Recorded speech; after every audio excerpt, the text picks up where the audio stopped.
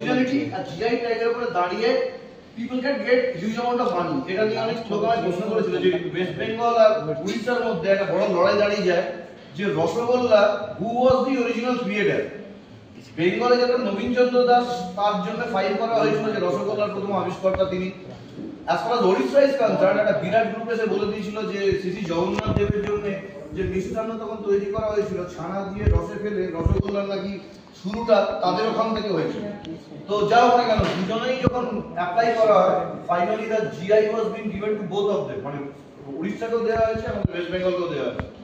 ইস্যুটা হচ্ছে যে আমাকে একবার লোকেরা জিজ্ঞাসা করেছিল এই যে জিআই ট্যাগটা দেওয়া হলো কেউ হয়তো গিয়ে ওই নবীন চন্দ্র দাস বা এই কেসি দাসের দোকানে গিয়ে রসগোল্লা আলাদাভাবে কিনলে পার পিস হয়তো 20 টাকা 25 টাকায় বিক্রি হচ্ছে, তাতে কি লাভ হচ্ছে এক্সট্রা?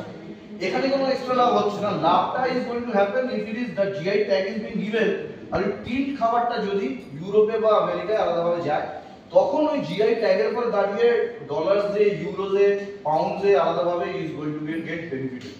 সবচেয়ে বড় জিনিস হচ্ছে যে এই জিওগ্রাফিক্যাল ইন্ডিকেশনের মাধ্যমে যে জায়গা থেকে যে জিনিসটা আর্ট ফর্মটা তৈরি হলো সেই জায়গাটা একটা it gets recognition. Alphonso mango মুম্বাইয়ের পাশে অ্যালফান্সো সেটা তৈরি হয়, তার আলাদা বৈশিষ্ট্য আছে। নাগপুর অরেঞ্জ ওটা নাগপুরের ওয়েদারের সাথে জড়িত, ওই ধরনের কমলা লেবু নাগপুরের মতো অন্য কোনো দেশে হয় না।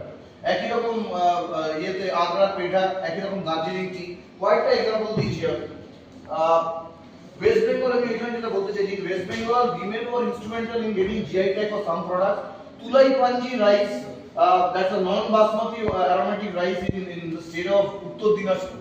এইটা একটা biggest example, কারণ এই ধরনের ধানের এই চালের যে গঠন এইটা উত্তর দিনাজপুরের যে ওয়েদার কন্ডিশন তার সাথে ইট ইজ ডাইরেক্টলি রিলেটেড, এবং এইটা চাষে এবং এটাকে বার করে আনার জন্য যা সবথেকে